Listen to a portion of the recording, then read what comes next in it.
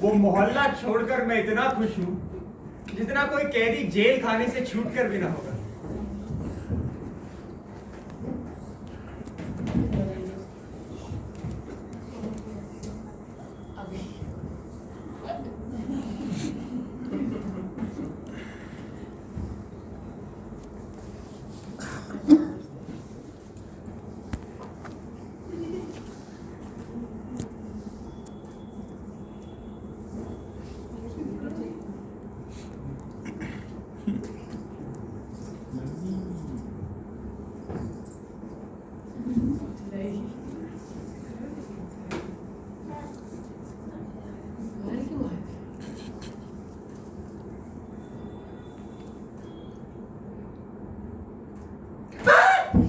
नमस्ते बाबूजी।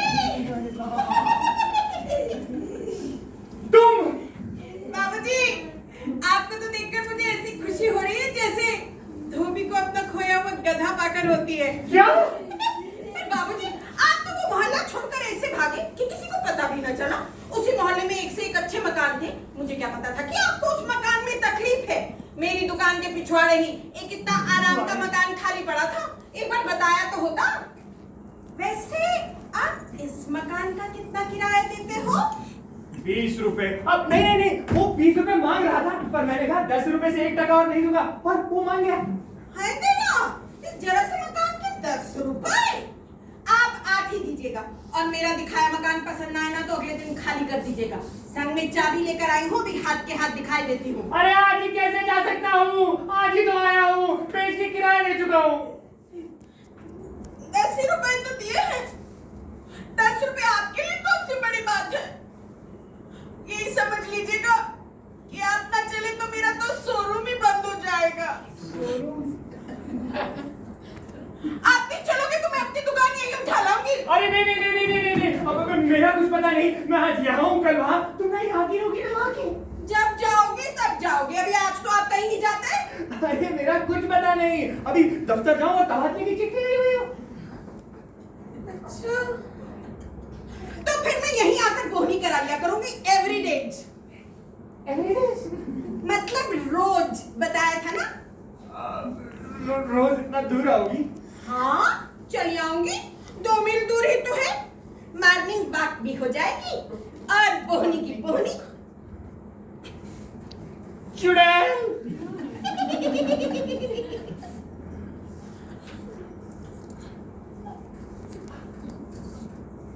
सीटी मारो, खाना मेरा पान मंडे टू संडे, खाना मेरा पान।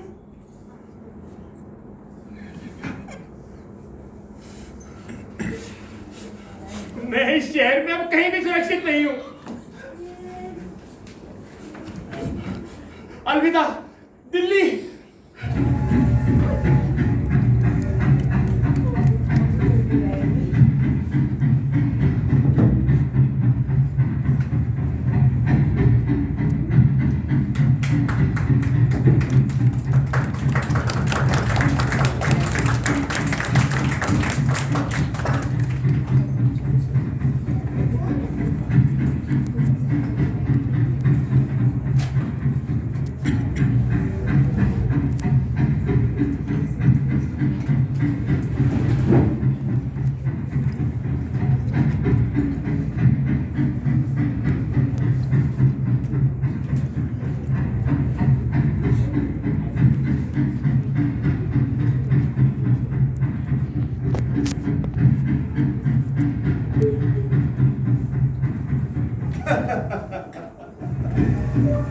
तो दूसरी कहानी। हेलो। ठीक है मैडम, मान लेते हैं कि कुछ महिलाओं में अटूट संकल्प शक्ति होती है, जैसे कि हमारी तंबूरन, और ये भी मानना पड़ेगा कि कुछ पुरुषों में ये नहीं भी होती, जैसे कि हमारे रामचरण भाई साहब। लेकिन बुद्धिमत्ता उसका क्या। अजी, महिलाएं थोड़ी बेवकूफ होती हैं। How dare you. ये कहना बिल्कुल अच्छी बात नहीं, लेकिन महिलाएं थोड़ी भोली जरूर हो सकती हैं। भोली, ये तो ठीक है ना मैडम, आसानी से बुद्धू बन जाती है। यू मीन टू से अगली कहानी डपोर संग।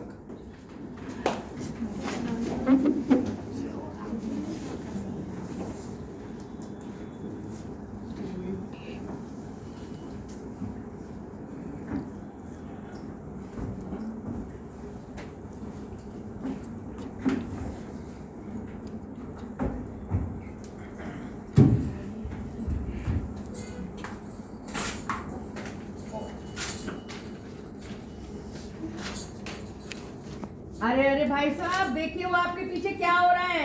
अरे श्यामा ये क्या कर रही हो? अरे मैडम ये कूड़ा क्यों फैला रखा है, समेटिए इसको। अरे ना ना ना ना ना, कूड़ा मत कहिए, एक एक पत्र साहित्य का अनमोल रतन है। आप तो इधर कई दिनों से आए नहीं, इनके एक नए मित्र पैदा हो गए हैं। ये उन्हीं के कर कमलों का प्रसाद है। तुम उसके नाम से इतना जलती क्यों हो? वो अभी जीता जागता है, उसे बेईमान क्यों समझती हो? ये क्यों नहीं समझती कि उसे अभी सुविधा नहीं है? और फिर किसी मित्र के हाथों 200-400 रुपए डूब भी जाए तो इसमें रोना क्या? लो, अगर ऐसो ही का नाम मित्र है तो मैं नहीं समझती शत्रु किसे कहते हैं। स्त्रियों का हृदय ना बहुत ही छोटा होता है। अच्छा, स्त्रियों का हृदय छोटा होता है, ये क्यों नहीं कहते उल्लू बना के ले गया। हाँ।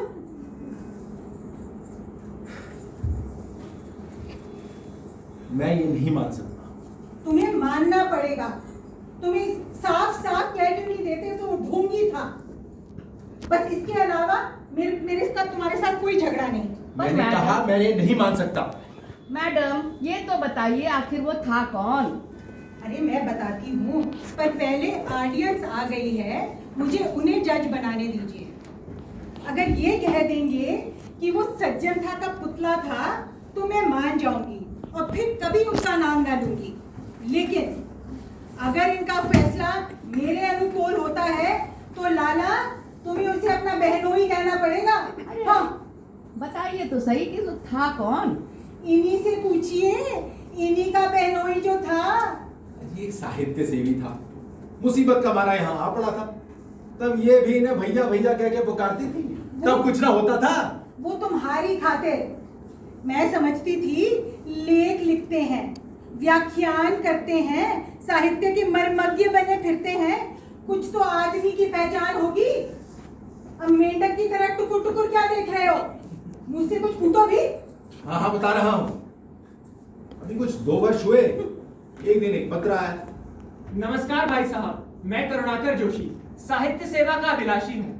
अपना लिखा एक ड्रामा भेज रहा हूँ, यदि आप इसकी भूमिका लिख दें तो सदा कृतज्ञ रहूंगा। हाँ, मुझे सुंदर लगा तो भूमिका में भी मैंने यही लिख दिया। एक सप्ताह बाद एक और पत्र आया।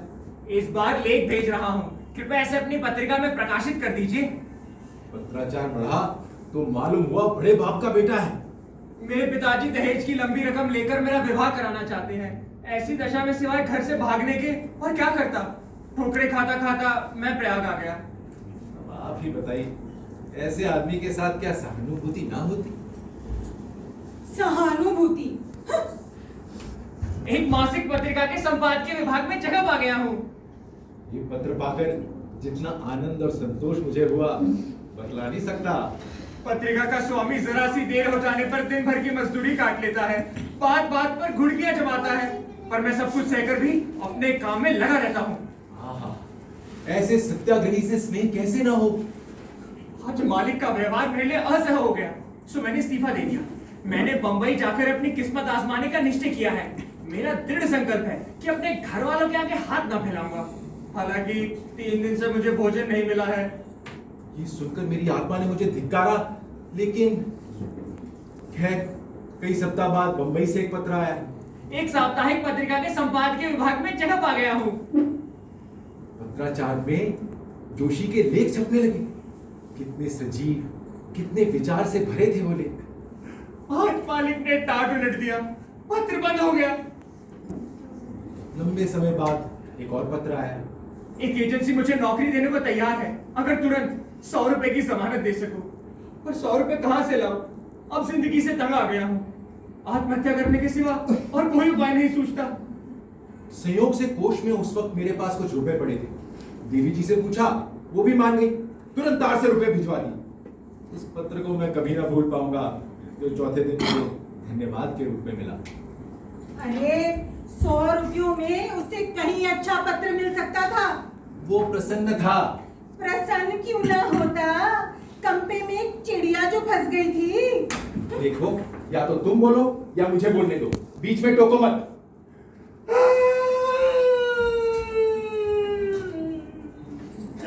बाजार की पूरियां खाते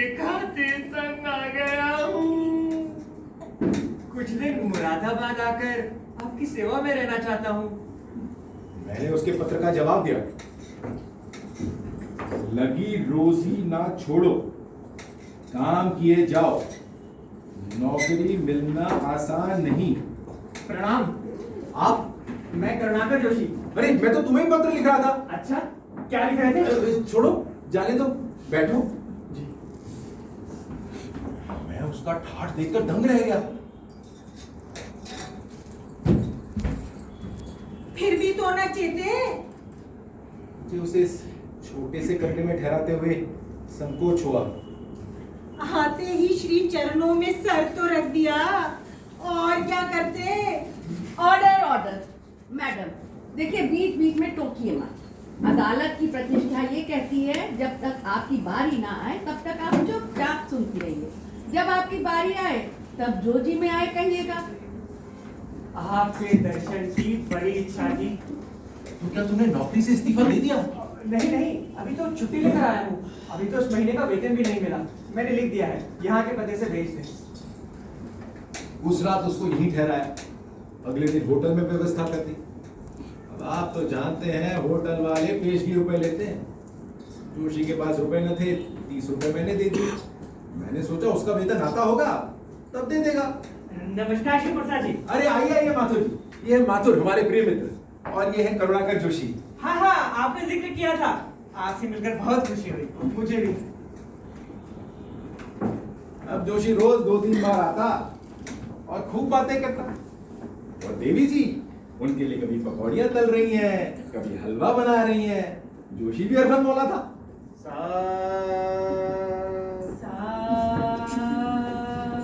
रे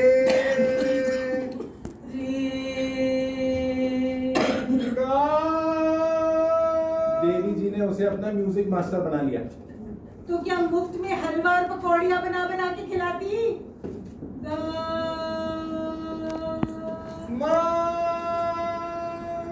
अब महीना खत्म होने को है, जोशी का वेतन ना आया। संकोचवश मैंने पूछा भी नहीं, होटल वाले और रुपए मांगेंगे, इसी चिंता में था।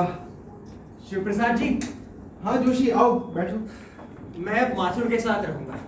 बेचारा गरीब आदमी है। मैं अगर 20 रुपए महीना भी दे दूंगा तो उसकी मदद हो जाएगी।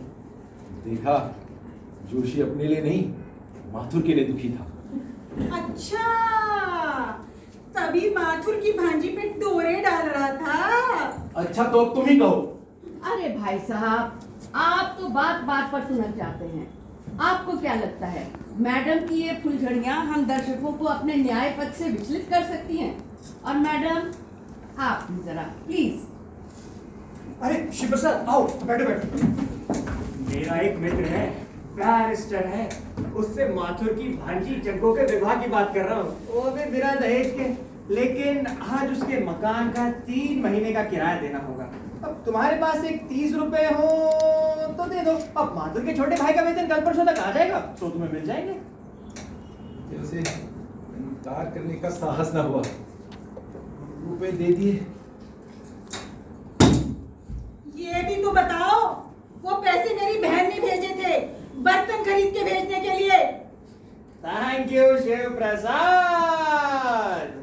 कैसे हो शिव प्रसाद? अरे आइए भाई साहब, उन्हीं दिनों आगरा से हमारे एक मित्र पहुंचे, काउंसिल में मेंबर थे। अब जेल में है। गाने बजाने का शौक है, 2-1 ड्रामे लिख चुके हैं, अच्छे अच्छे रईसों से परिचय है, तो मैंने उनसे जोशी का ड्रामा पढ़वा दिया। वाह वाह वाह, बहुत खूब लिखते हो जोशी। शिव, तुम इसे मेरे साथ भेज दो, मैं इसे अपना पर्सनल सेक्रेटरी बना दूंगा। घर में एकदम फैमिली मेंबर की तरह रहेगा। जेब खर्च के लिए 5 रुपया 12 आना दे दूंगा। मेरे साथ ड्रामे लिखेगा। सोच ले जोशी, 5 रुपया 12 आना मानेगा जोशी। क्यों जोशी, ठीक है?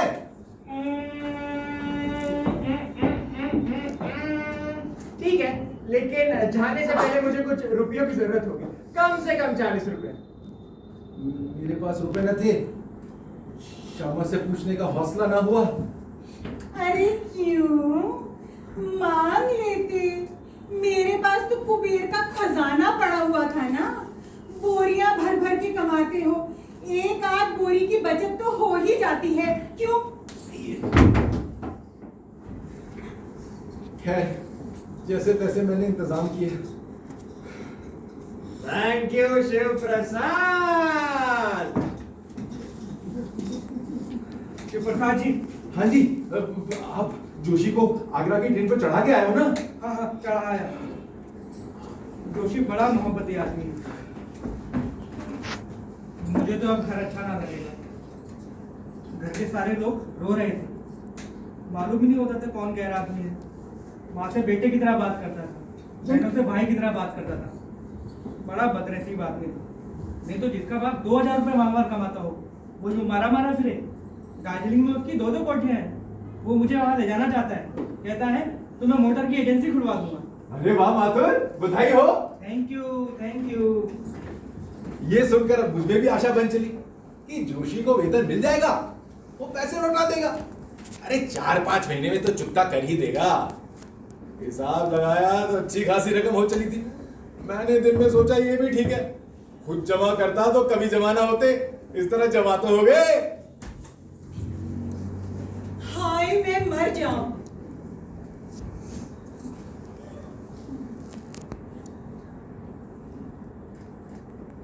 ये है हमारे देश के बुद्धिजीवी, एक नंबर के ढकोरसम। एक सप्ताह ही हुआ था कि शिव। क्यों जोशी, कैसे हो? मजे में तो हो? बहुत अच्छे से हूँ।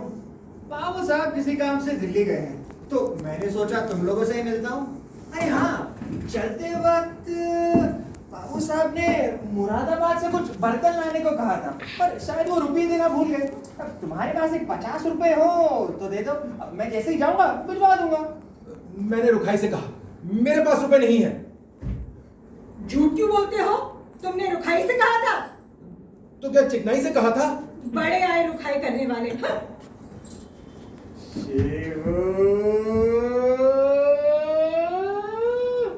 मेरे पास पत्रिका के कागज खरीदने के 50 रुपए पड़े थे। Thank you. शिव प्रसाद जी, शिव प्रसाद जी। हाँ जी बोलिए माथुर जी। जोशी मेरी भांजी की शादी तय कर रहा है, वो भी अपने दोस्त बेस्टे के साथ। और तो दहेज का भी कोई जिक्र नहीं किया, लेकिन कुछ ना कुछ नजारा तो देना ही पड़ेगा। बेस्टर साहब दिल्ली के रहने वाले हैं, जोशी जी चले जाएंगे। मैंने उन्हें रुपए भी दे दिए। पर तुम्हारे पास तो रुपए ना होंगे। रुपए कहाँ थे साहब? एक महाजन से 2 रुपए सैकड़ा सूद पर पैसे उधार लिए।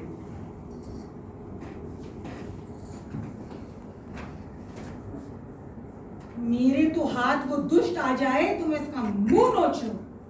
पिशाच ने इस गरीब को भी ना छोड़ा।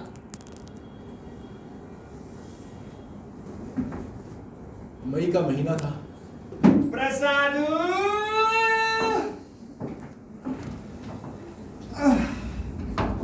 बाबू साहब नैनीताल गए हैं, मुझे भी साथ लिए जाते थे, पर मैंने तुम लोगों के साथ यहाँ रहना बेहतर समझा और चला आया। हाय, कितना त्यागी था बेचारा। नैनीताल की बहार छोड़कर यहाँ की गर्मी में प्राण देने चला आया। बताओ, आगरा में कोई नया कांड करके तो नहीं आए हो? भाग्य में तो नई नई विपत्तियां लिखी हुई है। एक दिन यमुना किनारे सैर करने चला गया। बचाओ, बचाओ, बचाओ! अरे कोई मेरे बाबूजी को डूबने से बचाओ! बाबूजी आइए, बाबूजी आइए, बाबूजी, बाबूजी यहाँ रुके, रुके बाबूजी, बाबूजी, बाबूजी, बाबूजी, बाबूजी बैठे। बाबूजी, बाबूजी आप ठीक तो हैं? अरे बेटा, यमुना किनारे काई जमी हुई थी, पैर फिसल गया। ये भलमानस न होता तो होता न कहा होता। चुप चुप चुप मेरे लाल। अच्छा बता बेटा, आपको सर्दी आती? अपनी जवान लड़की को इस तरह मेरे मेरे घूम रहे हैं, वो बिना घूंघट के। घूंघट था बेटा, वो मैं गिर गया था बचाने के चक्कर में। बस ऐसी बेशरम लड़की शादी करना मैं अपने लिए अपमान की बात समझता हूँ। मैं भी आप जैसे लंपट से अपने बेटी का ब्याह करना और लज्जा की बात समझता हूँ। क्या मतलब है? टिशु टिशु टिशु टिशु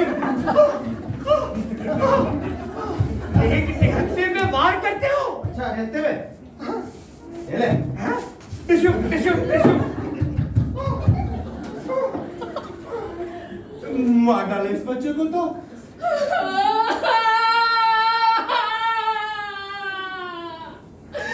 अब मेरा क्या होगा बाबूजी?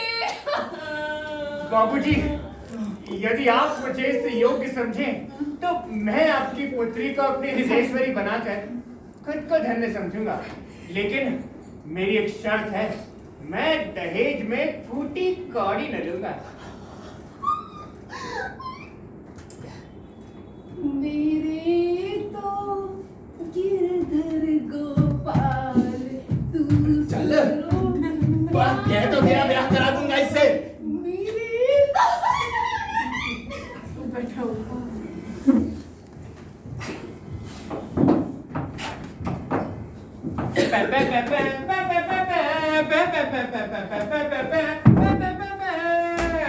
पर तुम में विवाह करने का सामर्थ्य कहाँ है? और कुछ ना हो तो 50 रुपए की आमदनी तो बंदी होनी चाहिए। केवल 300 रुपए खर्च होंगे। मेरे पास रुपए नहीं है। अरे श्रीविधान, किसी से उधार लेकर दे दे, तुझे कौन मना करेगा? देख शिव, मुझे विश्वास था कि तू शुभ कार्य में आपत्ति ना करेगा, इसलिए मैंने वचन दे दिया है। अब तुझे डोंगी पार लगानी ही होगी।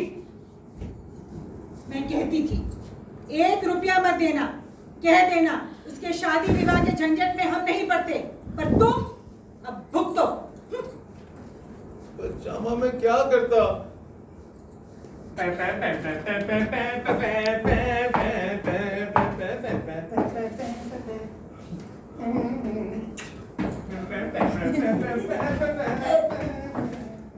शिव प्रसाद जी, हाँ जी जोशी के बारे में बात करनी है। कहिए।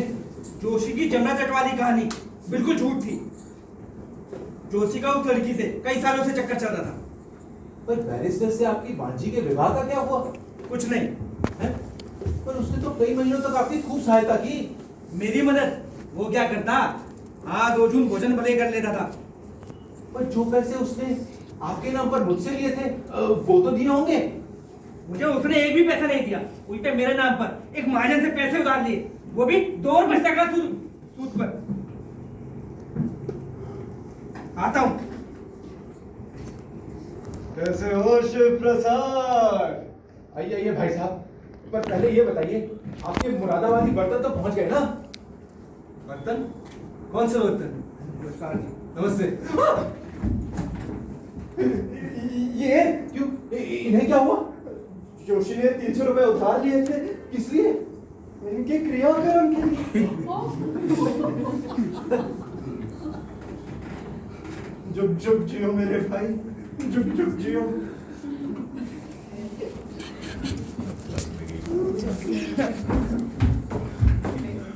अब आप बताइए, आपका क्या फैसला है?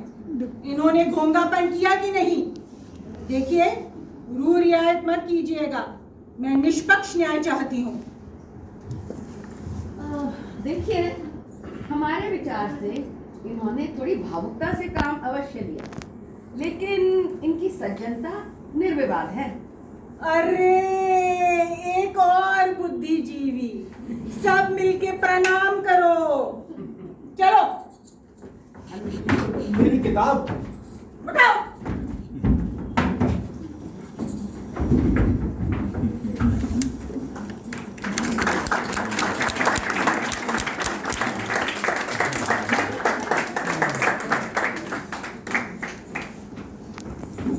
ओह थैंक गॉड, लगता है मैडम चली गई।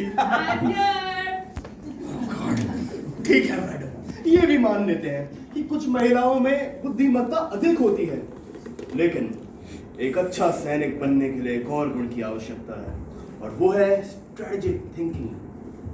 चाइना के मशहूर फिलोसोफर सुन त्सू ने कहा है, The supreme art of war is to subdue the enemy without fighting.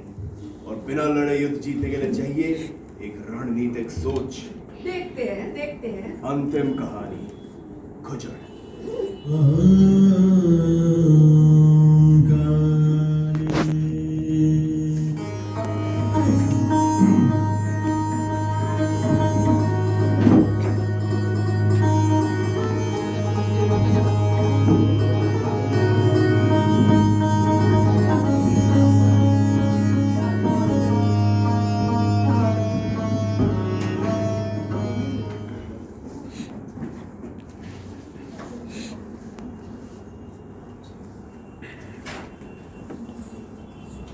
बाबूजी, ओ बाबूजी, आ गई रामवती। राम राम बाबूजी। राम राम।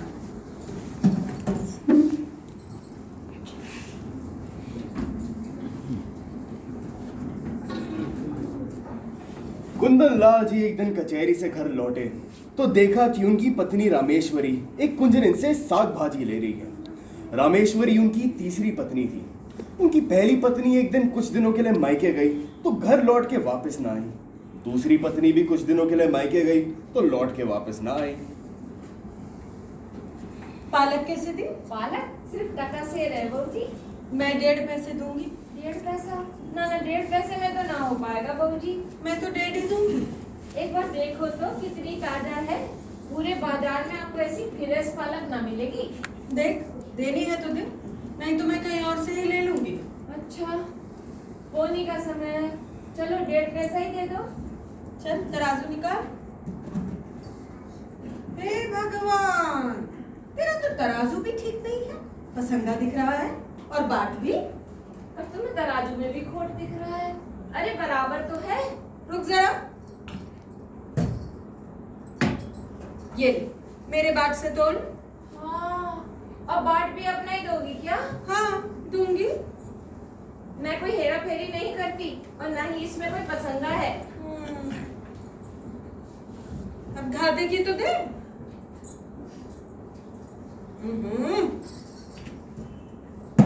अरे हाय, अब शेर तो शेर क्या घाते में ही ले लोगी?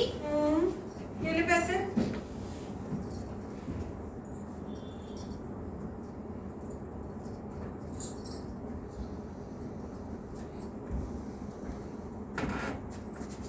अब मैं ना आने की तुम्हारे यहाँ। मत आइयो। अच्छा। हाँ हाँ।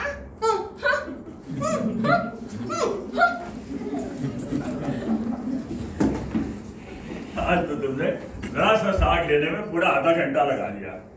जरा से साग के लिए इतनी टाई टाई करके तुम्हारा सर नहीं दुखता? आप ही तो कहते हैं पैसे मुफ्त में नहीं आते। वो तो ठीक है, लेकिन समय का भी कुछ मोल होता है। इतनी देर में मुश्किल से 1 धेले की बचत की होगी तुमने। कुछ भी अपने दिल में सोच रही होगी कहाँ की गवारन है। सो तो आप ठीक कह रहे हैं, पर क्या करूं, मुझसे ये नहीं होता कि पैसे की जगह धेले का सौदा लेकर बैठ जाऊं। कल वो मेरी से घंटों बहस करती रही और परसों दूध वाले से घंटों शास्त्रार्थ चलता रहा। जिंदगी क्या इन्हीं बातों में खर्च करने के लिए दी गई है? जिंदगी दी गई है कुछ पढ़ो, वो कुछ ज्ञान रखो।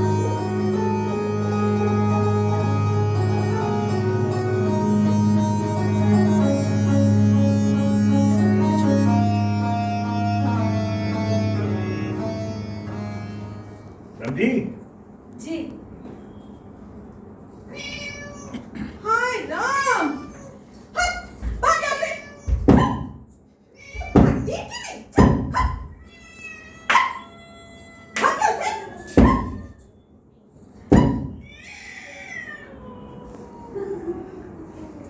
बिल्ली को इतनी जोर से क्यों मारा? बेचारी 2-3 लुढ़कियां खा गई, मर जाती तो? अरे सारा दूध पी गई है। मारने से दूध मिल तो नहीं गया ना? अब कोई नुकसान करेगा तो क्रोध तो आएगा ही। नहीं आना चाहिए। पशु और आदमी में इसके सिवाय और क्या फर्क है?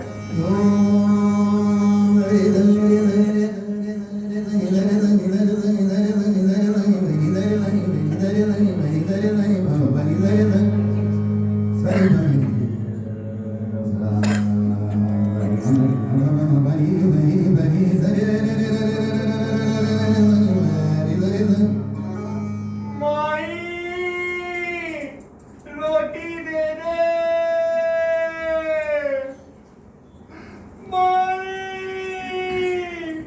रोटी दे दे।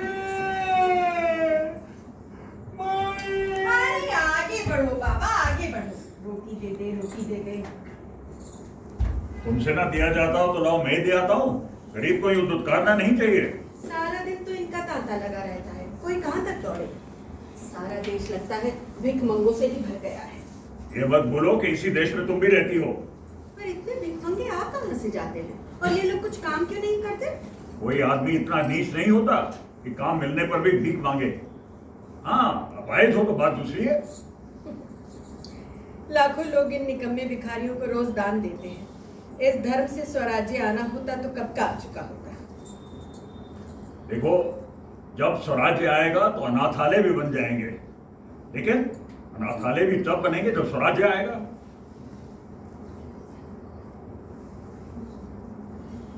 ये इस धर्म का ही प्रसाद है कि हिंदू जाति अभी तक जीवित है, वरना कब की रसातल पहुंच चुकी होती। रोम, यूनान, ईरान, इराक, सीरिया, इन सभ्यताओं का नाम निशान तक नहीं रहा। एक सिर्फ हिंदू जाति है जो अब तक क्रूरतम आघातों का सामना करती चली जा रही है। आप समझते होंगे कि हिंदू जाति अभी तक जीवित है। मैं तो उसे उस दिन से मरा समझती हूँ जिस दिन से उसने अपने लिए समान अधिकारों की खातिर लड़ना छोड़ दिया। क्या व्यर्थ का विवाद करती हो? जाति तो हो नहीं, ऊपर से बकबक करती चली जा रही हो। ये भी नहीं देखती हो कि किसके साथ बहस कर रही हो। तुम्हें कुछ मालूम है कि दुनिया में क्या हो रहा है?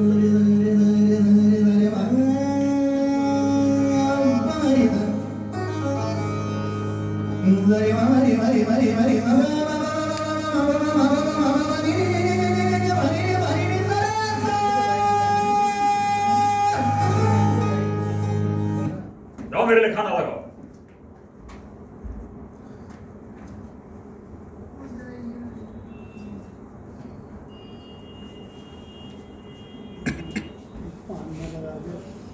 एक दिन कुंदन लाल जी ने बहुत से मित्रों की दावत की और रामेश्वरी से पूछने की जरूरत न समझी। रामेश्वरी सवेरे से रसोई में घुसी तो देर रात तक सिर न उठा सकी।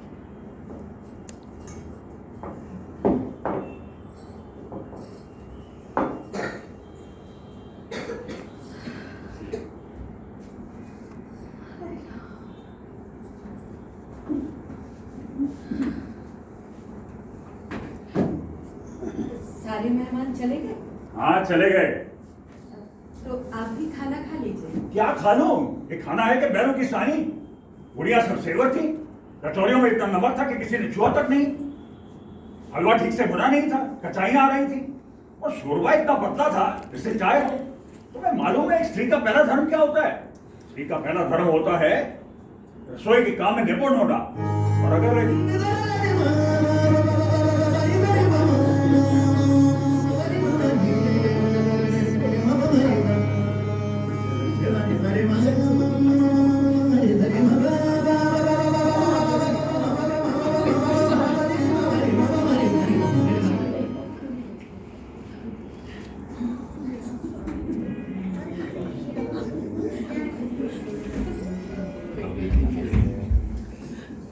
पाँच छह महीने गुजर गए। एक दिन कुंदन लाल जी के दूर के रिश्तेदार उनसे बोरिया बिस्तर लेकर मिलने आए और डेरा डाल दिया। एक हफ्ता गुजर गया, जनाब टलने का नाम ही नहीं ले रहे थे। रामेश्वरी, रामेश्वरी, जरा बाहर आओ। जी क्या रोग पाल लिया तुमने?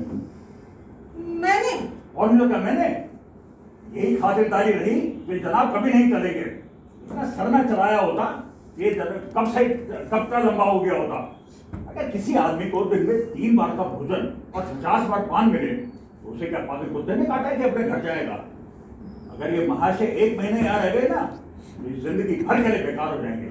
फिर इससे कुछ ना होगा, ये सारा दोष तुम्हारे ऊपर जाएगा।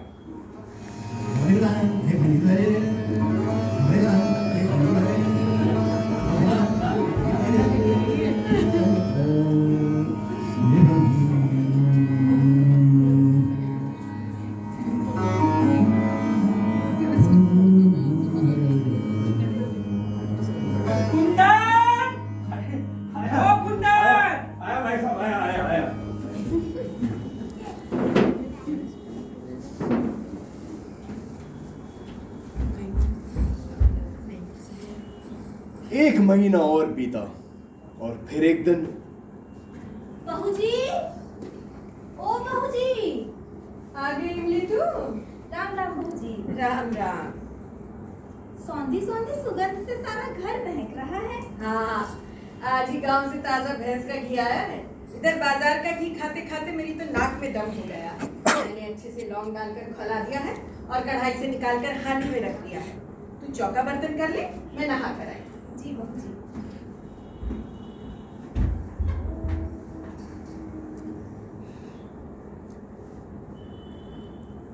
बाबूजी, मटकी को चौके से उठाकर छींके या आले पर रख दूं? मैंने पूछा बाबूजी, मटकी को चौके से उठाकर छींके या आले पर रख दूं?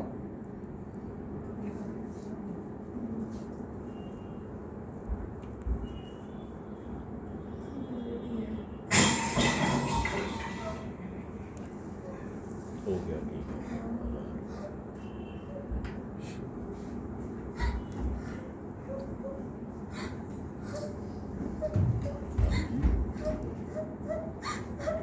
अरे इमली, क्या हुआ?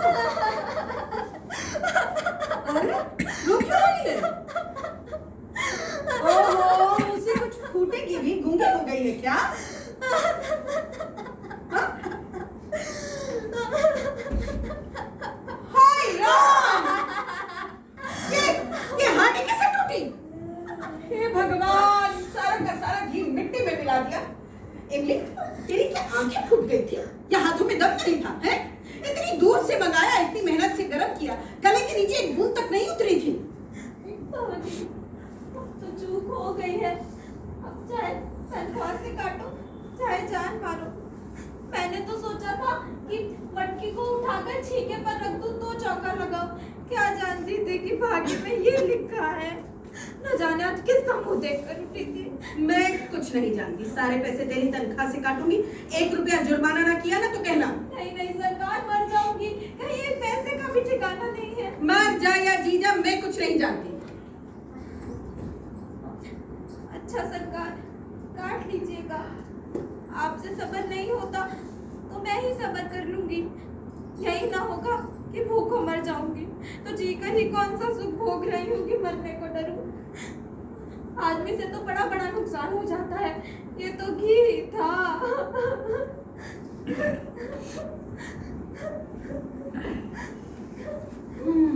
इधर आ। बैठ तो सही। तू मर जाएगी तो मेरा काम कौन करेगा? काम कराना होगा तो खिलाइएगा, नहीं काम कराना होगा तो भूखों मारिएगा। आज से आकर आप ही के द्वार पर पड़ी रहूंगी। पर सच कहती हूँ इमली, आज तो तूने बड़ा नुकसान कर डाला। मैं तो आप ही बचता रही हूँ सरकार। अच्छा, कोई बात नहीं। जा, मटकी के टूटे टुकड़े बाहर फेंक दे, गोबर से चौका लीप दे और फिर बाद में बाजार से जाके घी भी लेती आ। जी जी बाबूजी। जी बाबूजी।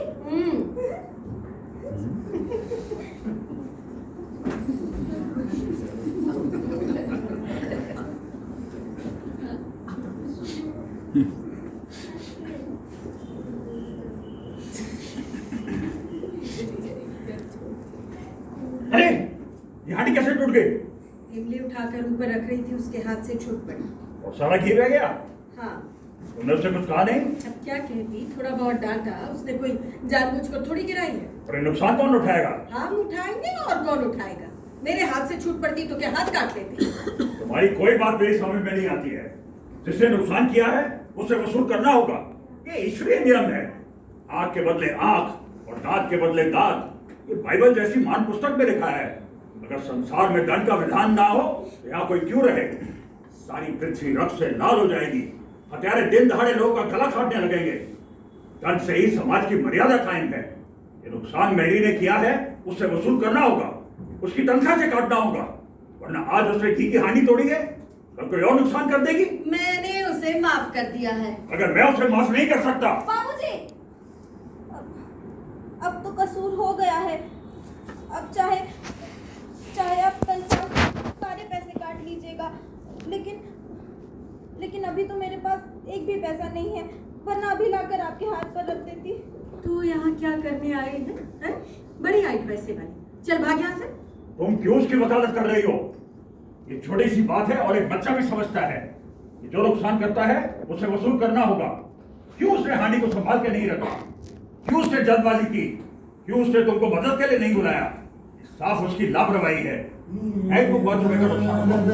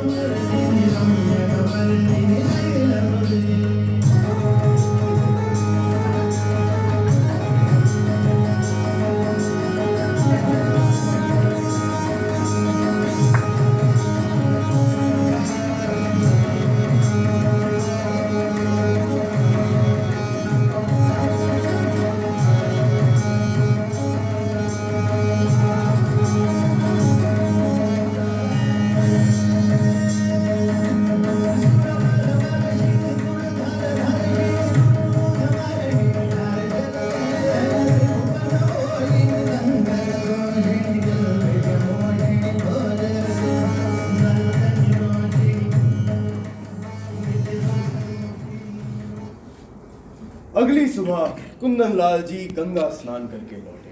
हर हर गंगे, हर हर गंगे, हर हर गंगे, हर हर गंगे। मेरी नहीं है? नहीं, तो फिर जो आप कहें। ये तो बड़ी मुश्किल है। हाँ, हो तो गई। अरे तो पड़ोस की मेरी को बुला लेना था। किसके हुक्म से बुलाती? अब हुक्म हुआ है तो बुलाए लेती। अब बुलाओगी तो खाना कब बनेगा? 9 बज गए हैं। इतना तो तुम्हें अपनी अकल से काम लेना चाहिए था कि अगर अपनी मेरी नहीं आई तो पड़ोस की मेरी को बुला लो।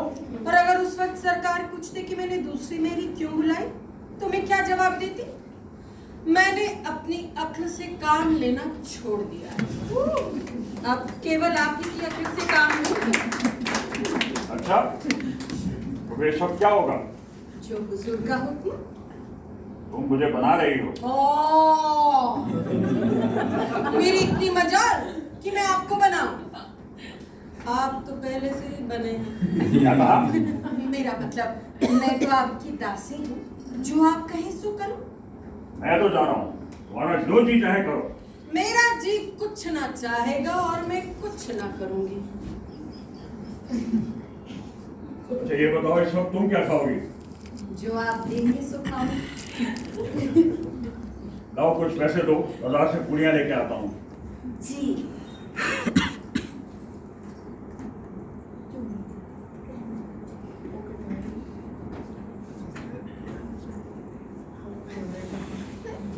कुंदन लाल जी बाजार से पूड़ियाँ लाए तो इस वक्त का काम चला।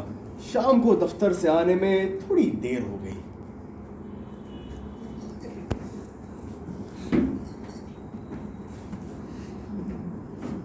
मेरी है? तो फिर जो आप कहें। इस वक्त भोजन नहीं बनेगा। मजबूरी है। ये तो एक नई विपत्ति आ गई है।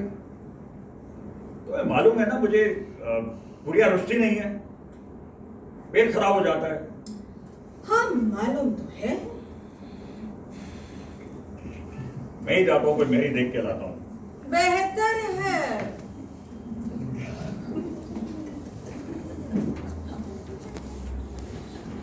कुंदन लाल जी जिसके यहाँ गए, मालूम हुआ कि मेहरी काम करके चली गई।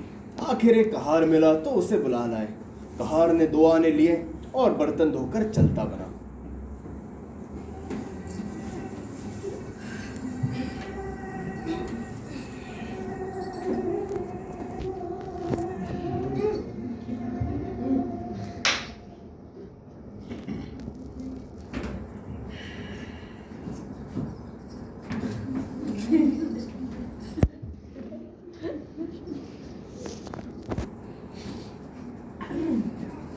रात को भोजन क्या बनेगा? जो आप कहें सो बनेगा। रोटी तरकारी बना लो, या उसमें भी कोई आपत्ति है? तरकारी घर में नहीं है। अरे दिन भर घर में बैठी रहती हो, मच्छर मारती रहती हो, तुमसे तरकारी लेते नहीं बना? अब इतनी रात की तरकारी कहाँ से मिलेगी? मुझे तरकारी ले रखने का हुक्म ना मिला था ना। मैं धेला पैसा ज्यादा दे देती तो। तुम क्या चाहती हो कि मैं घर के मामले में कुछ ना बोला करूं? आप ना बोलेंगे तो और कौन बोलेगा? मैं तो केवल आपकी हुक्म की ताबेदार हूँ। कुंदन लाल जी की वो रात दाल रोटी पर ही कटी।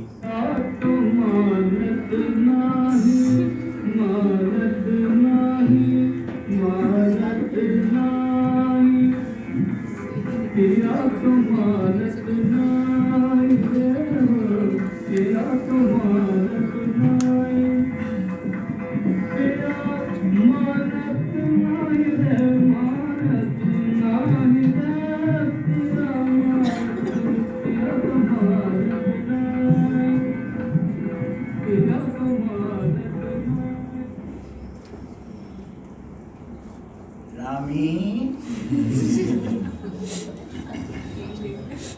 रम्या, क्या तुम सो रही हो? अंदर सोने के कमरे में आ जाओ ना। रामेश्वरी, रामेश्वरी, इतना सोती हो? गुलामों को अच्छी नींद आती है। देखो मुझे चिढ़ाओ मत। और सुनो, वो मैरी से कहलवा भेजो कि हम उसके पैसे नहीं काटेंगे। उसे पता चलेगा तो काम पे वापस आ जाएगी। अच्छी बात है, कहला भेजूंगी। क्या ढूंढ रही हो? चिट्ठी आई थी। किसकी? माँ की। क्या लिखा है? मुझे याद कर रही है, सोचती हूँ कुछ दिनों के लिए मायके हो आऊं। नहीं, देखो मायके मत जाना, मैं कान पकड़ता हूँ। आगे से तुम्हारे किसी मामले में कुछ नहीं बोलूंगा। और अगर मैं घर लुटा दूं तो? लुटा दो चाहे मिटा दो, मगर मुझसे रूठो मत। अगर तुम किसी बात में मेरी राय मांगोगी तो दे दूंगा, वरना सच्चे दिल से कहते? सच्चे दिल से। मेरी कसम? तुम्हारी कसम, तुम्हारी कसम, तुम्हारी कसम। वाह पृथ्वी जी, वाह। अरे क्या हुआ? किस बात की बधाई? अरे किस बात की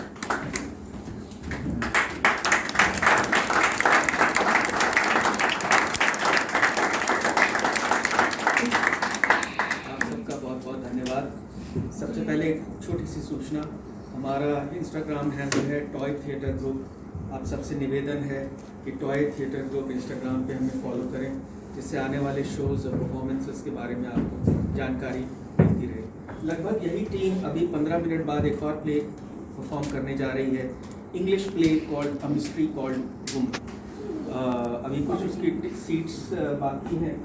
अगर आप लोग आप में से जो अगर कोई देखना चाहें तो उसे भी देख सकते हैं। बट प्लीज़ याद रखिएगा, टॉय थिएटर ग्रुप और इंस्टाग्राम चैनल हमें ज़रूर फॉलो कीजिएगा। मैं आपका कलाकारों से परिचय कराना चाहूँगा। अनुज कुमार,